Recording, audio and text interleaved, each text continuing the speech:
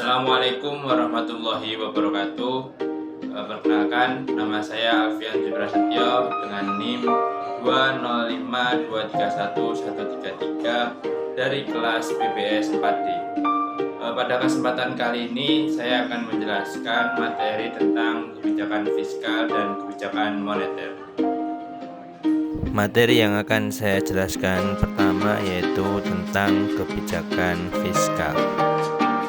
Pengertian kebijakan fiskal. Kebijakan fiskal adalah kebijakan dalam perekonomian suatu negara yang digunakan untuk mengendalikan kondisi perekonomian dengan menitik tekankan pada pengendalian anggaran pendapatan dan anggaran pembelanjaan pemerintah. Tujuan utamanya yaitu menentukan arah tujuan dari pembangunan nasional dan pertumbuhan ekonomi suatu negara. Jenis-jenis kebijakan fiskal. Yang pertama, kebijakan fiskal berdasarkan penerapannya dibagi menjadi dua, kebijakan fiskal ekspansioner dan kebijakan fiskal kontraksioner. Yang kedua, kebijakan fiskal berdasarkan teori dibagi menjadi tiga. Yang pertama, kebijakan fiskal disengaja, kebijakan fiskal tidak disengaja, dan kebijakan fiskal fungsional. Dan yang ketiga, kebijakan fiskal berdasarkan neraca pembayaran dibagi menjadi tiga pula. Yang pertama, kebijakan fiskal dinamis, kebijakan fiskal seimbang, dan kebijakan fiskal surplus. Berikutnya yaitu pemerintah dalam menghadapi defisit anggaran memerlukan kebijakan fiskal diantaranya sebagai berikut. Yang pertama yaitu pajak. Pajak menjadi instrumen kebijakan fiskal yang paling penting. Semakin besar pendapatan, maka semakin besar pajak yang harus ditanggung. Begitu pula sebaliknya. Karena pajak berkaitan dengan pendapatan, maka penerimaan pemerintah dari pajak sangat tergantung dari tingkat pendapatan masyarakat. Pasalnya, pajak dapat meningkatkan dan menurunkan daya beli masyarakat. Pajak dapat mengakibatkan turunnya daya beli masyarakat karena mengurangi pendapatan siap konsumsi atau disposable income.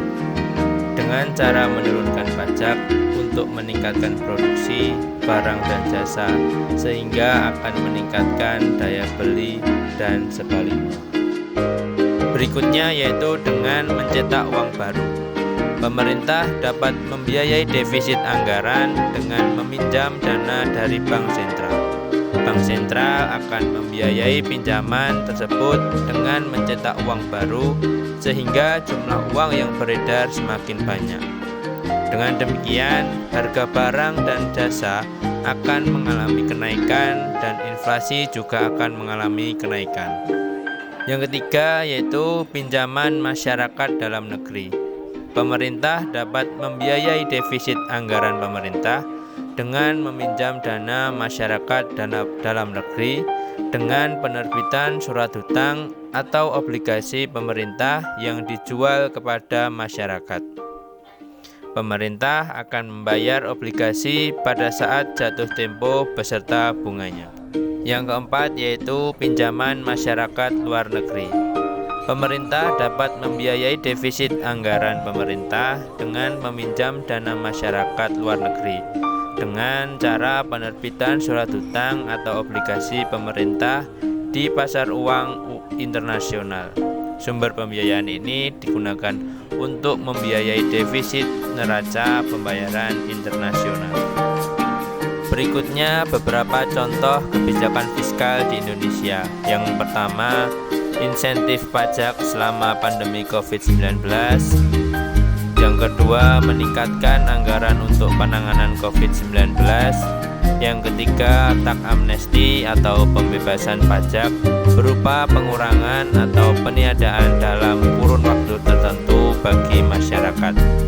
Yang keempat yaitu subsidi BBM dan gas, kemudian penetapan harga eceran tertinggi atau HET seperti harga obat-obatan dan harga sembako.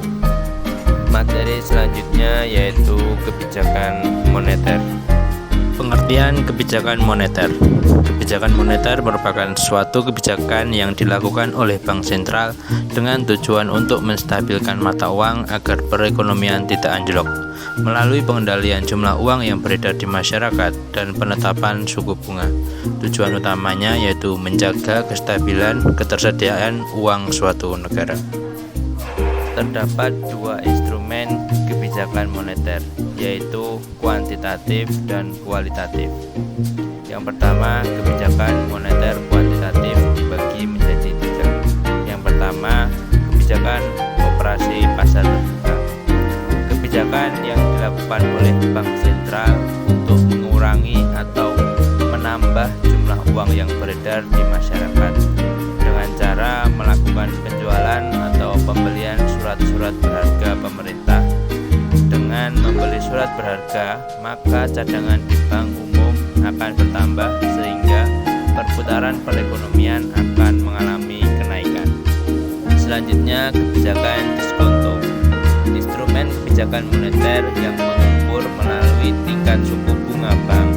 Jika Bank Sentral memperhitungkan jumlah uang yang beredar telah melebihi kebutuhan atau gejala inflasi, maka Bank Sentral mengeluarkan keputusan untuk menaikkan suku bunga.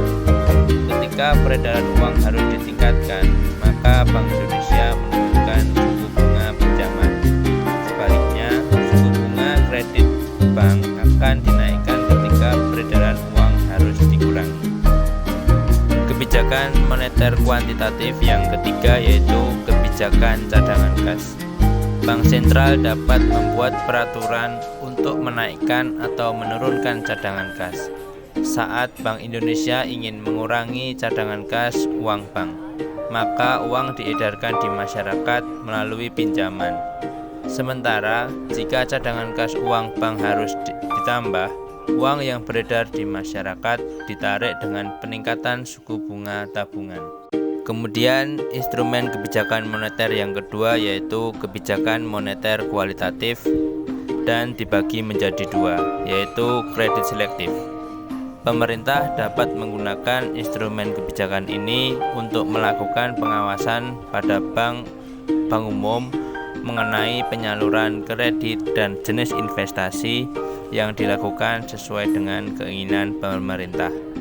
Yang kedua yaitu bujukan moral. Dalam kebijakan bujukan moral, pemerintah tidak mewajibkan bank umum untuk mengikuti aturan yang ditetapkan Bank Sentral.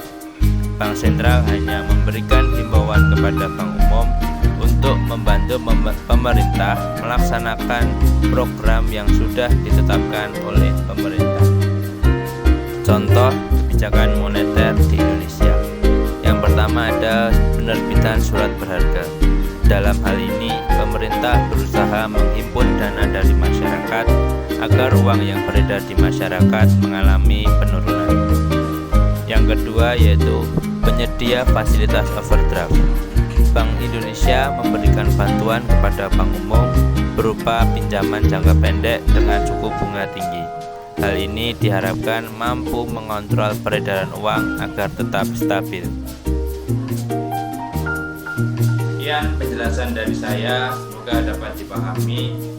Jika ada kurang lebihnya saya mohon maaf. Wassalamualaikum warahmatullahi wabarakatuh.